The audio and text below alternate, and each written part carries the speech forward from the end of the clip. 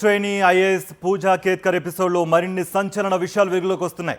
Family దౌర్జన్యాలు ఒక్కొక్కటిగా బయటకు రావడం సంచలనం సృష్టిస్తోంది. ఇప్పటికే పూజ వ్యవహారంలో విచారణకు ప్రత్యేక కమిటీ ఏర్పాటు చేసింది కేంద్రం.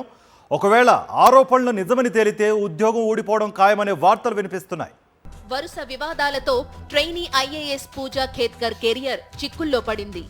ఆమె అధికార దుర్వినియోగానికి పాల్పడడంతో పాటు యూపీఎస్సీకి తప్పుడు అఫిడవిట్ సమర్పించారన్న ఆరోపణలు రావడంతో కేంద్రం ఏకసభ్య కమిటీని ఏర్పాటు చేసింది.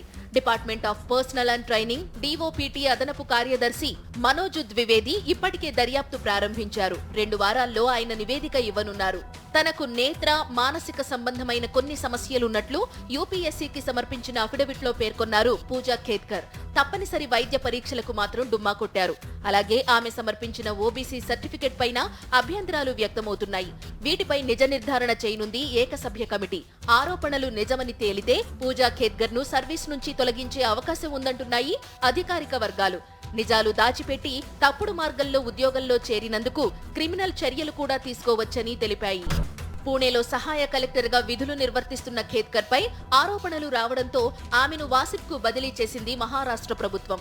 ప్రైవేట్ ఆడి కారుకు సైరన్, మహారాష్ట్ర ప్రభుత్వ స్టిక్కర్, వీఐపీ నంబర్ ప్లేట్లను అనుమతి లేకుండా వాడడంతో మొదలైన వివాదం తీగ లాగితే డొంక కదిలినట్టుగా ట్రాఫిక్ ఉల్లంఘనలు, సెటిల్మెంట్లు, ఇతర అధికారులపై ఒత్తిడి చేయడం ఇలా ఒక్కొక్కటి బయటపడ్డాయి. చివరికి ఆమె యూపీఎస్సీ అభ్యర్థిత్వం పైన అనుమానాలు రేకెత్తాయి. ఈ నేపథ్యంలోనే ఏకసభ్య కమిషన్ ఏర్పాటు చేసింది డిఓపిటి.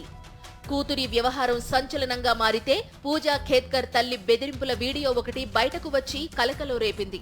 పూజా తల్లి మనోరమ రైతులను తుపాకీతో బెదిరించిన వీడియో వైరల్ అయ్యింది.